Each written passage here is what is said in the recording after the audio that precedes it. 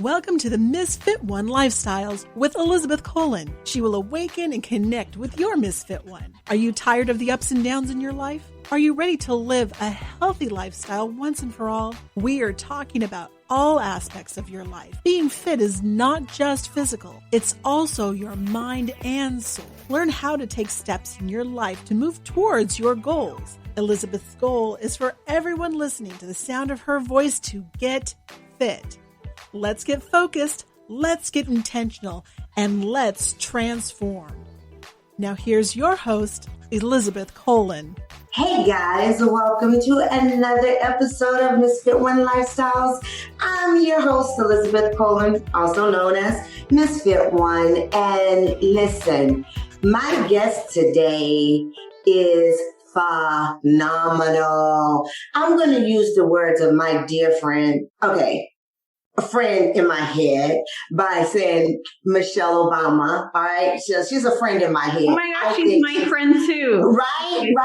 She's my friend too. You know, she says there is no limit to what we as women can accomplish. Mm-hmm. And saying that and having our guest, Brenda Lamali, is one of the masters of her craft. She is a certified life coach, advanced feminist coach, a holistic nutrition specialist, and she has lost 80-something pounds. I mean, we have so much to talk about it. Let's just talk about it. This episode is all about empowerment and how we women work together to basically run the world. Do you agree, Brenda? I am so on board for that. Let's talk about all of that. How are you today, girlfriend? Oh, I'm doing good, and I'm so excited to talk with you. And I already know we have things in common because you brought up Michelle, and I love Michelle Obama, and this is a good start. I mean, she is such a beautiful example for us all. That's what I see her as, and you know, and she has such great words of wisdoms, as do you. So you have so many things going on, but first of all, let us know who you are. Yeah. Okay. I mean, because you shared some of like the, educational formal training stuff, but let me just tell you a little bit like Brenda. I am a mom, I think fairly new mom. My daughter just turned 2. So so I'm like, even though she's 2, I still feel like I'm, this is a whole new role for me in my life. I live in Phoenix, Arizona. I'm also Latina, so I'm first generation Mexican American. Yeah. And I always have to say that too. And what else? I'm in my home office right now, and I got my Labradoodle, Waffle. His name is Waffle. He's just chilling right here. Like he's gonna be hanging out with us while we're chatting too. Awesome. So that's just a little bit of, who's Brenda. Like, I love to hear when people share this kind of stuff too, because then you're just like, oh, it's a real human. Right. Let me tell you what I'm into right now. My daughter's hair is getting really, really long. So I just started watching YouTube tutorials about how to French braid hair. I mean, like, Are you kidding me? Yeah, it's like, just a regular human over here, even though we've been doing also some epic shit.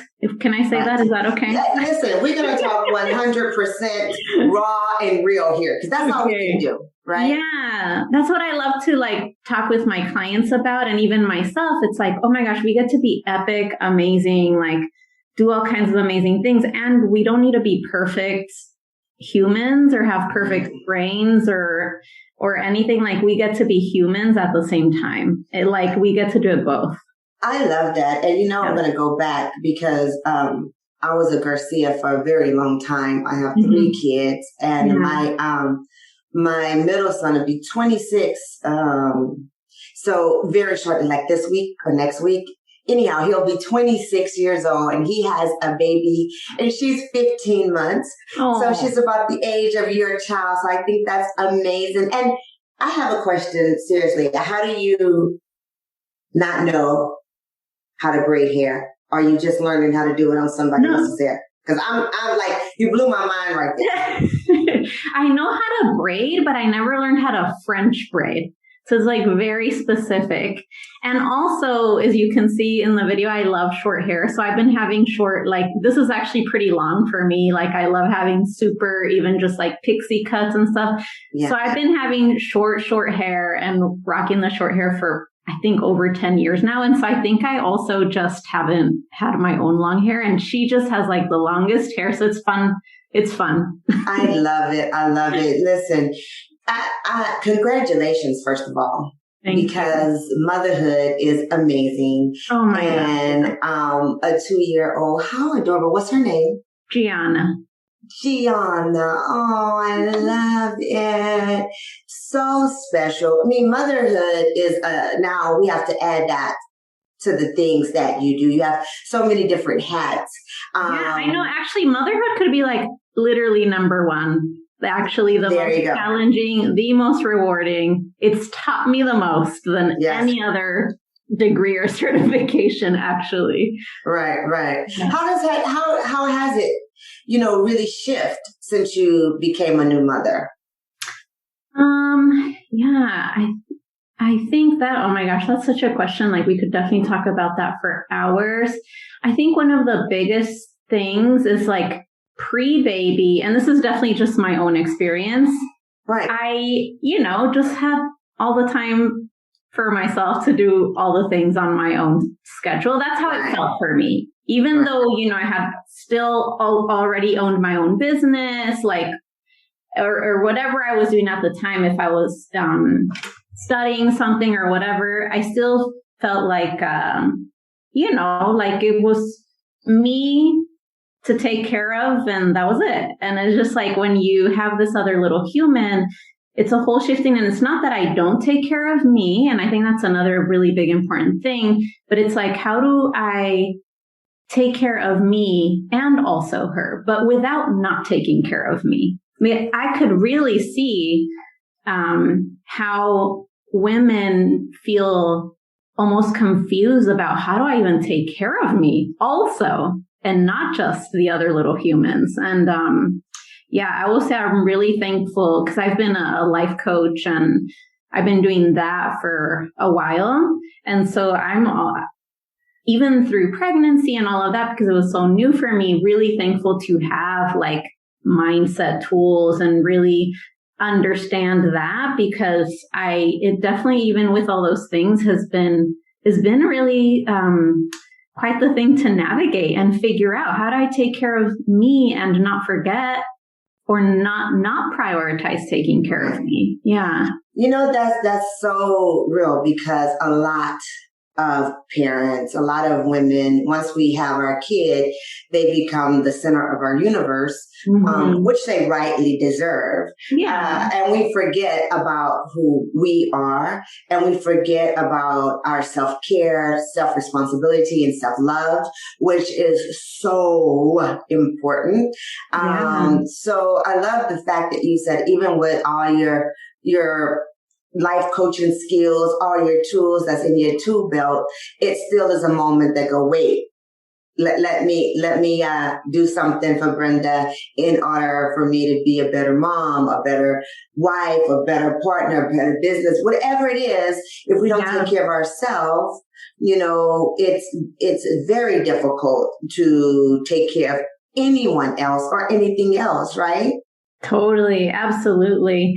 I mean, actually, I share this example even on my own, with my own clients. And because I always want to share real life examples of how, when you learn tools for mindset and emotional management, and emotional self-care, like the goal of it isn't that you are like, oh, check, I'm a perfect human. Because listen, if that's the goal you're setting, you're probably going to feel disappointed. Right. And you'll never feel good enough, because that's not the purpose of it. The purpose of it is like to allow us to, be able to live our lives on purpose, create results on purpose, which each of us, by the way, gets to define what that is. Everyone's so different. But anyways, I always share the example that for the first at least 6 months, but probably more, maybe like 8 or 9 months after my daughter was born, like figuring out how to not have dishes piled in the kitchen, like piled up in the kitchen, and laundry piled up like mountains in my laundry room, felt like it was something I really was trying to figure out. How do I, address all these new responsibilities that I have, and even new things that I was learning, like breastfeeding, nap routines that are always changing. Like you figure out one nap schedule and then they change into a new nap schedule. Right? Absolutely. Mm-hmm. Yeah. But one thing that I love to teach my clients, and that really changed my life, is just this idea of being always solution focused, right? So like when we're always solution focused, we always find solutions. And sometimes we tend to be problem focused, where we just see the problem. So I could see the dishes and the laundry as a problem, and then I would just get stuck there. But if I see that, but then I really direct my mind to be solution focused, and I'm like, okay, how can I create the result that I'm wanting to create here in a way that works for me? Right. And I started doing a bunch of research. And then I figured out, or I realized and discovered that there's these roles that people can have that are called a house manager in your house. What? Yes. So by the way, if any listeners do not have this, and like also if you're a woman that runs your business from home and has kids, highly, highly recommend. And I was like, wait a minute, what? Like, first of all, what is a house manager? Tell us more, please. I'm listening. Yeah. And, a house manager can really be so many things, but for me, I was really like, I want someone to support me in these like home management roles that I, am like not keeping up with and are not getting done. But also I don't necessarily want to do it because like I'm also running my business, right, from home, and I would rather spend time with my daughter, etc. So yeah, I actually through a nanny agency was able to find a house manager, and she manages all of the kitchen stuff. Like she makes our dinners every Monday through Thursday. She just takes care of all the laundry stuff, even like stains on my daughter's clothes. And like the cool thing about this, or I guess something that I think is a little bit of a generational change, because, my mom, so my parents both immigrated from Mexico, and like, I'm one of five. I'm the oldest of five. And like, and I think back to my mom, and my mom's like one of my best friends, biggest role models, love her so much. But one of the things, like her generation, at least from what I observed, and she'll tell me this too, right? She's like, oh my gosh, I love how when you just need help, you just get help. Like I would just try to do it all, and I wouldn't make time for me. And I would feel guilty to like have someone cook or clean in my house, because she would tell me this, like I would feel I'm the one that has to do it. So anyways, I have support in my house, and it's cool, and I love it. Brenda, that's genius. I love it. And you really hit on what this whole platform is about, right? It's focus, intentional, and we can transform our worlds. And what's crazy about that is when you had to look at yourself and say, listen, I can't do all of this. That's being honest with yourself. That's self-responsibility at its top notch, right? Listen, I don't want to put all the pressure on me to have to feed the baby. I mean, we've all been there. I did not have these things when my kids were little. My kids are all grown, nor the means to do it. You know what I'm saying?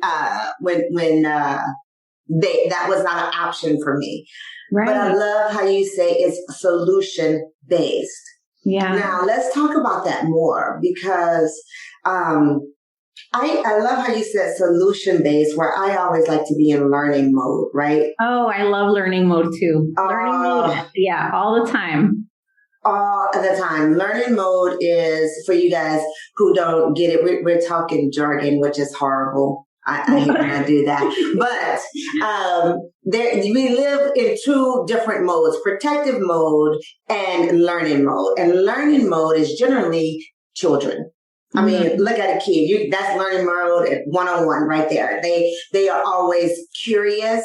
They're open. They want to learn. They're inquisitive. They are like all in. Like, tell me more. Tell me more. And they're not afraid to get messy or do it wrong, right? They're like, well, get up, mess it up, say it wrong, do it messy. Love it, right? It's not a big deal for them. They're like, yeah, let's do it.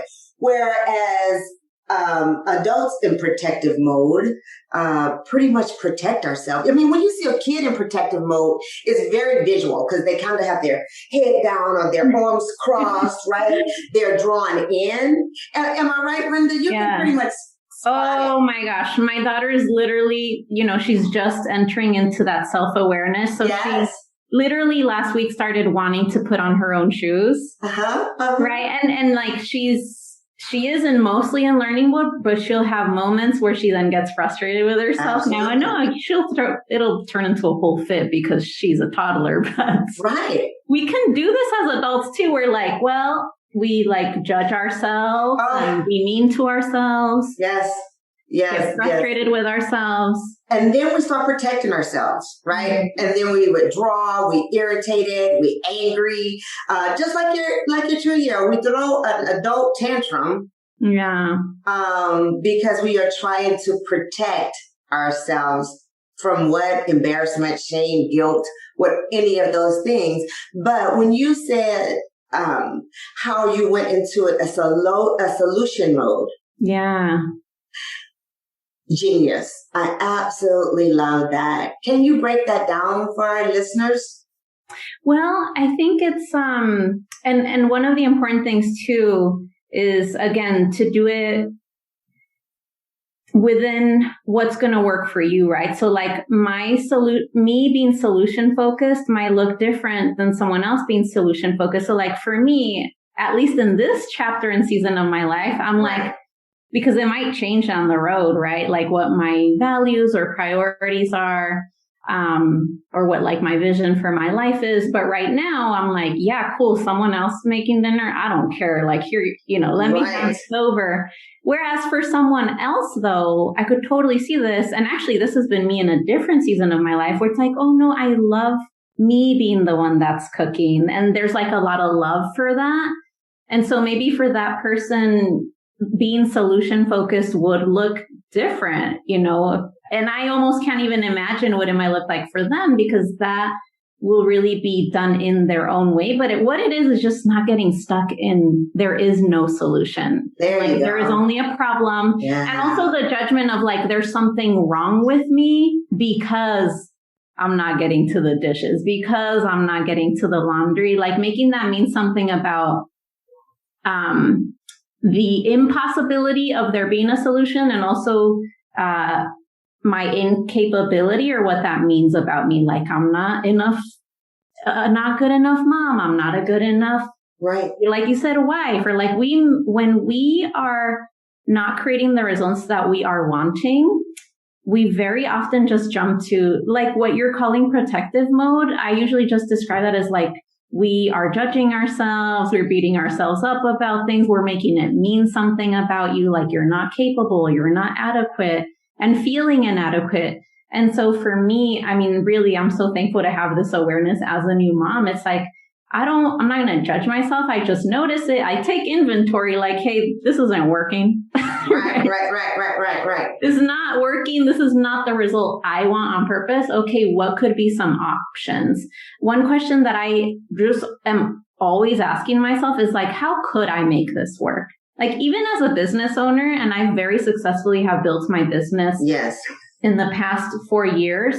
And it's just like, I am very clear on my vision of what I'm wanting to create. And I'm just constantly asking myself, even when I'm not creating a certain result in any area, like how could I create what I want?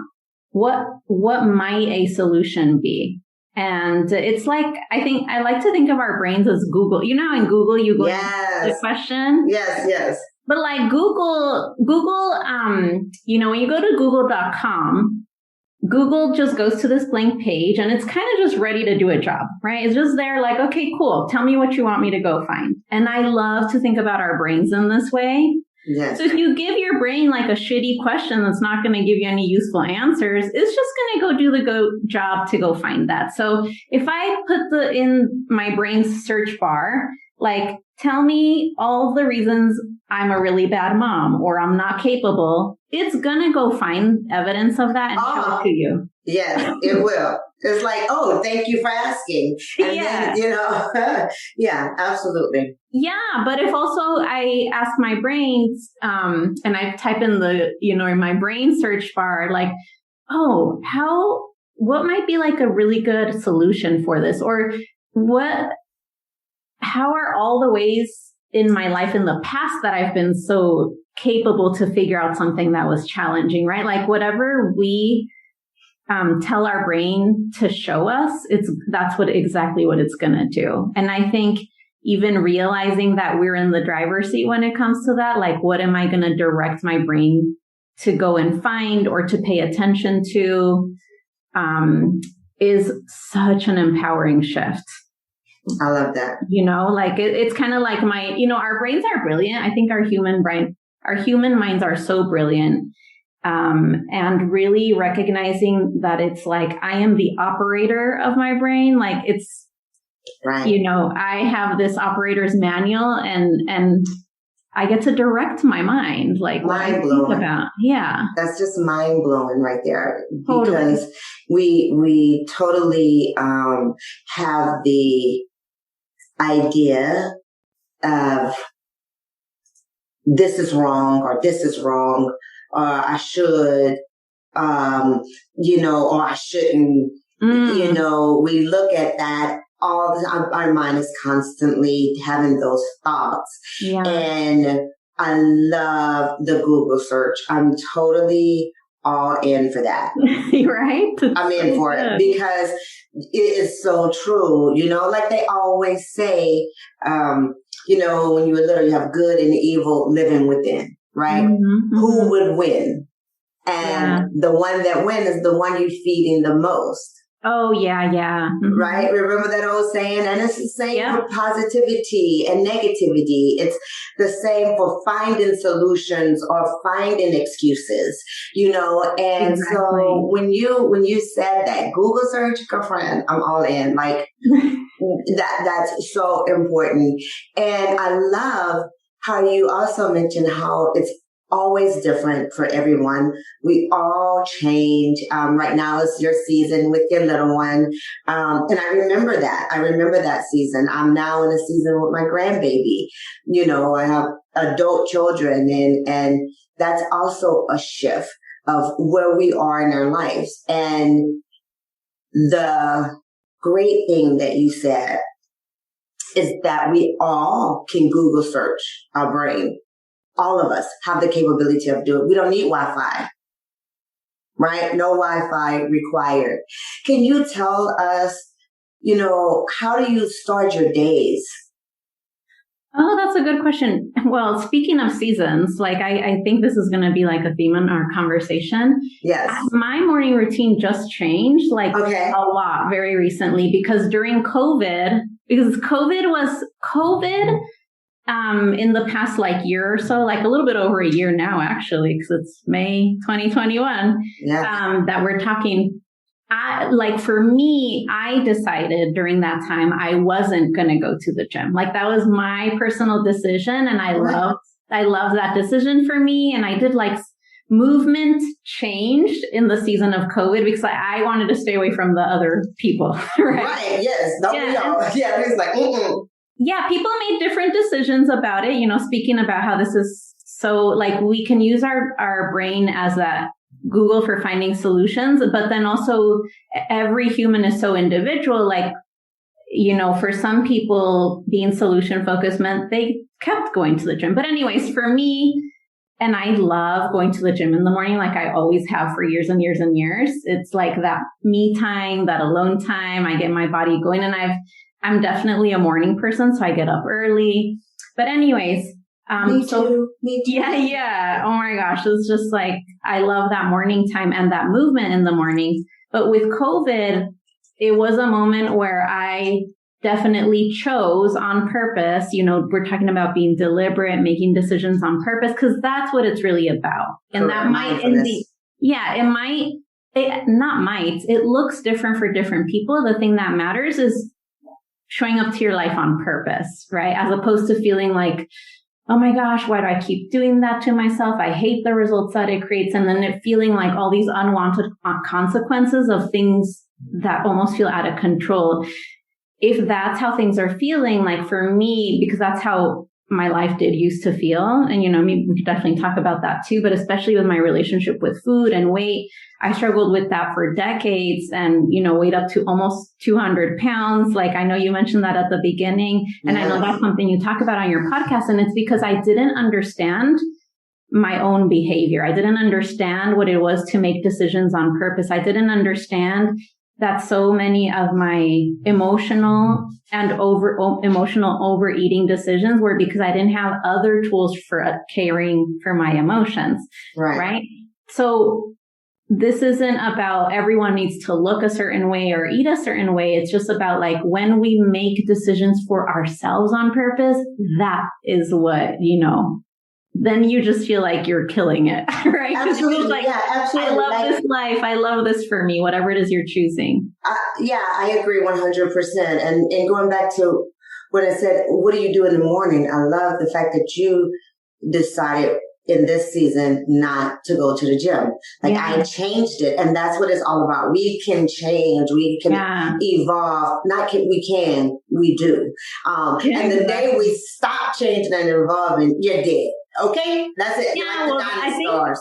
I think then you got to get curious about like, why aren't I? Like what, you know, am I exactly. At least I think in that case, you want to be asking yourself, am I keeping things the same on purpose? Right.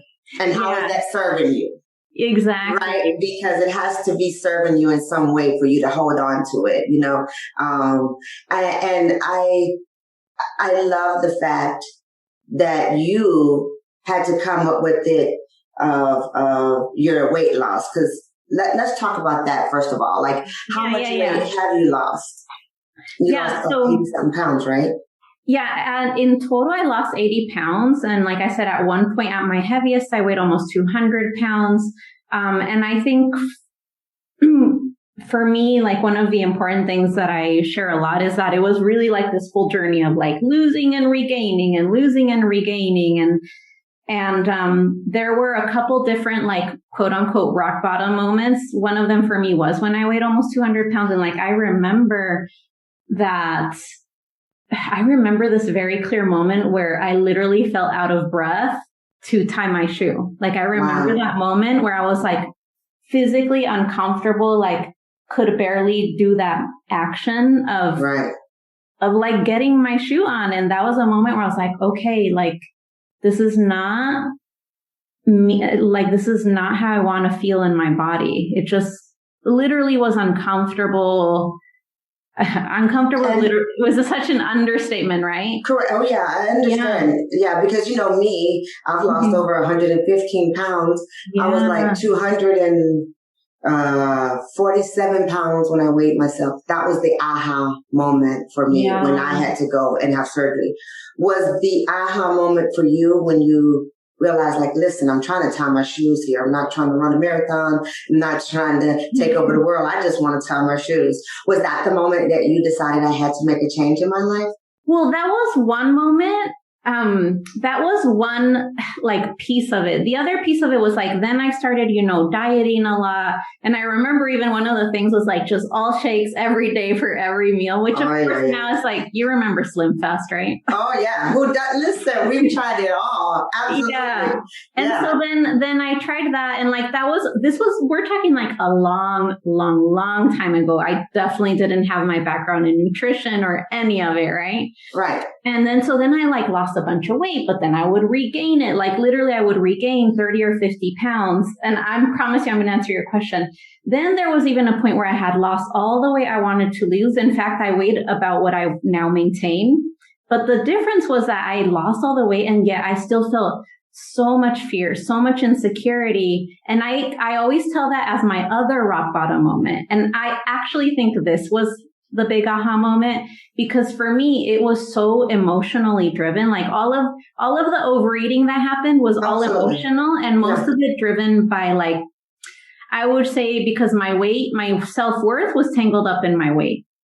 Right. And then when I had lost, like literally all the weight that I wanted to lose, I got to like my goal weight, right? Maybe even lost a couple more pounds than that. Right. And I was like, and I still feel totally insecure. But like, this was also a long time ago. So I'm telling you part of that story. And so that was a huge aha moment, because it was just like, oh, okay. So, this is not actually about the weight. This is about my relationship with me. And so I need to do this different. Like my relationship with me needs to change. Bam! Yeah. I love it. This was like, that was the aha moment, but it also did require that other aha moment, right? Like, I think it's part of it. It was like my relationship with me needs to change. My relationship with food needs to change. My relationship with my body needs to change. My relationship with why I overeat when I'm feeling like intense emotions needs to change. Because for me, that was like very, emotionally intense. Listen, people don't even realize it that, I'm a food addict, and what's crazy is because I would drink because that was what I say my food was, right? Like they say alcoholic. I was a food aholic. And when I say I'll take a drink, which is I'll eat, right? Yeah. Every time I was happy, I would eat. Yeah. Every time I was sad, I will eat. That was another drink, right? Every time that I was scared, stressed, anything, any sort of emotions, just like you said, drove me to my drug of choice, which was food. Oh, yeah, me too. So we were in the same club, basically. Yeah, and you know what? A lot of us are, and a lot of us continually to fail because we are focusing on the weight. And you hit it on the nose, and I thank you so much for sharing that to us all, is that it's not the relationship with your food, it's what's going on with me. Right. And so, when you get the clients and all they want to focus on is give me a diet plan. I'm also a nutritionist. They always want a meal plan.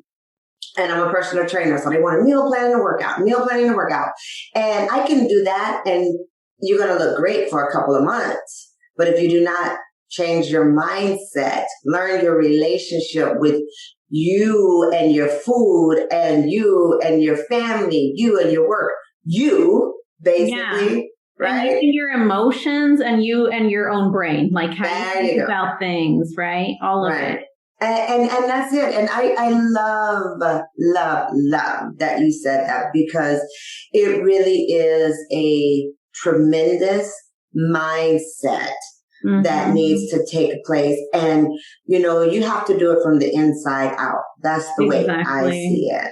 Yeah. Yeah. It's so true. It is really like that with clients. Like, just tell me what to eat. Yeah. And I'm like, cool. Like, yeah, I can tell you the information. And I do, of course, because I do believe in empowering ourselves also with information. Like I shared with you, as a first generation, Latina, I know like my parents literally didn't even finish like, elementary education. So I really believe in like education and I did so much to give myself access also to education and information and understanding that. Like, I know my mom has I remember actually even being back to when we were kids, like we would have family get-togethers, and my mom tells me now, she's like, ay, mija, like I knew nothing about that. Like we wouldn't even have water at these family barbecues, like our carne asada, that's what we call it. Right, yeah.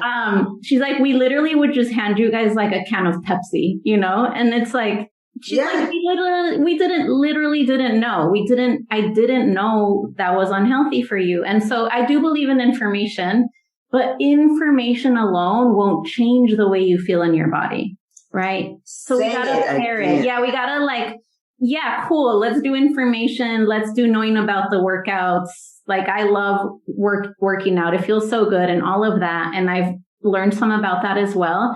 But that's like almost, it's like if you have built this house and you need the foundation to be solid. And our foundation really is, our relationship with ourselves. How do we take care of our emotions? How do we understand our own thoughts, our own beliefs, right? Our mindset. That's a solid foundation.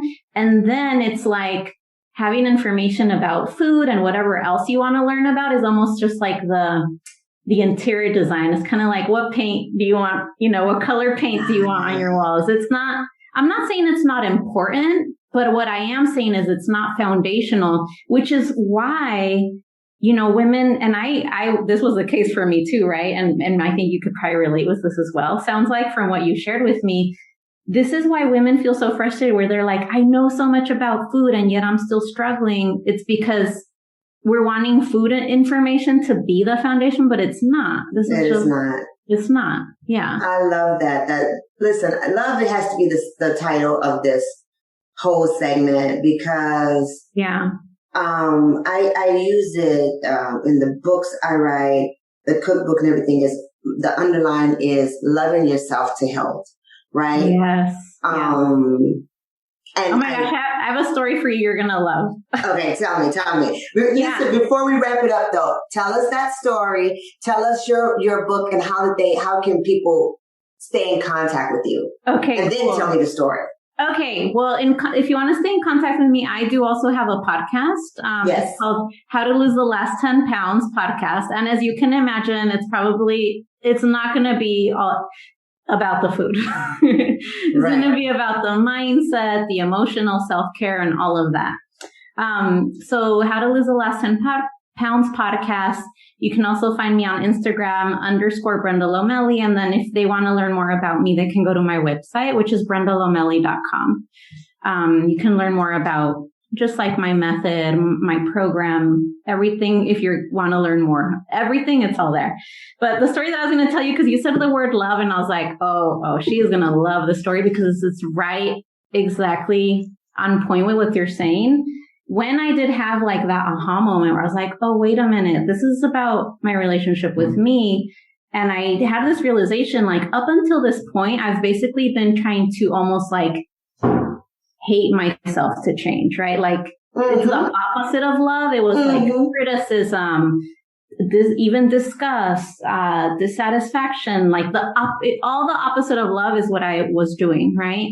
Yep. And so when I had that realization, I made the decision. There was a moment where I made the decision, like from now moving forward, I will only make decisions out of love. And so I actually went and got a tattoo on my foot and it says love, like it's this cursive, writing, and it's on my right foot and it just says love. And it was placed there very much intentionally because it's like, oh, every step I take, right? And there's that word love. And so I know you're like, you have your hand on your heart, and me too. I have like goosebumps when I'm saying this because it's so true. It's like, listen, sometimes when you're out at dinner, a decision from love means you let yourself order dessert and you enjoy it, right? And you just still listen to your body or whatever. And sometimes making a decision out of love means you're literally the only person that's not going to have a drink and not have dessert. I mean, no one can tell you on the outside what is going to be loving for you on the inside. And so, but in order to do that, we do have to foster awareness, right? So I'm like 1,000,000% on board with you that it's about love. Yeah. Yo, that is phenomenal. Seriously. That is just brilliant. Every step you take, love is there. Yeah. Wow, guys. I hope you really reach out, follow her on Instagram, stay connected with this powerful, strong woman who is really discovering this season of her life, like we all are, whatever season that is. Yeah. And until next time, you guys, make sure you love yourself to health. Amen to that. Yes, yes. Let's keep doing that. Oh, thank you so much for coming out. I really appreciate it. You have given us so much important information. Because again, like we said earlier, people talk about the food and the exercise and this. And we all know that if you're not aware and being mindful of what you're doing and loving yourself, it's just interior designing right there, 101. Without the foundation. Without the foundation. Absolutely. All right, you guys, till next week, stay fit.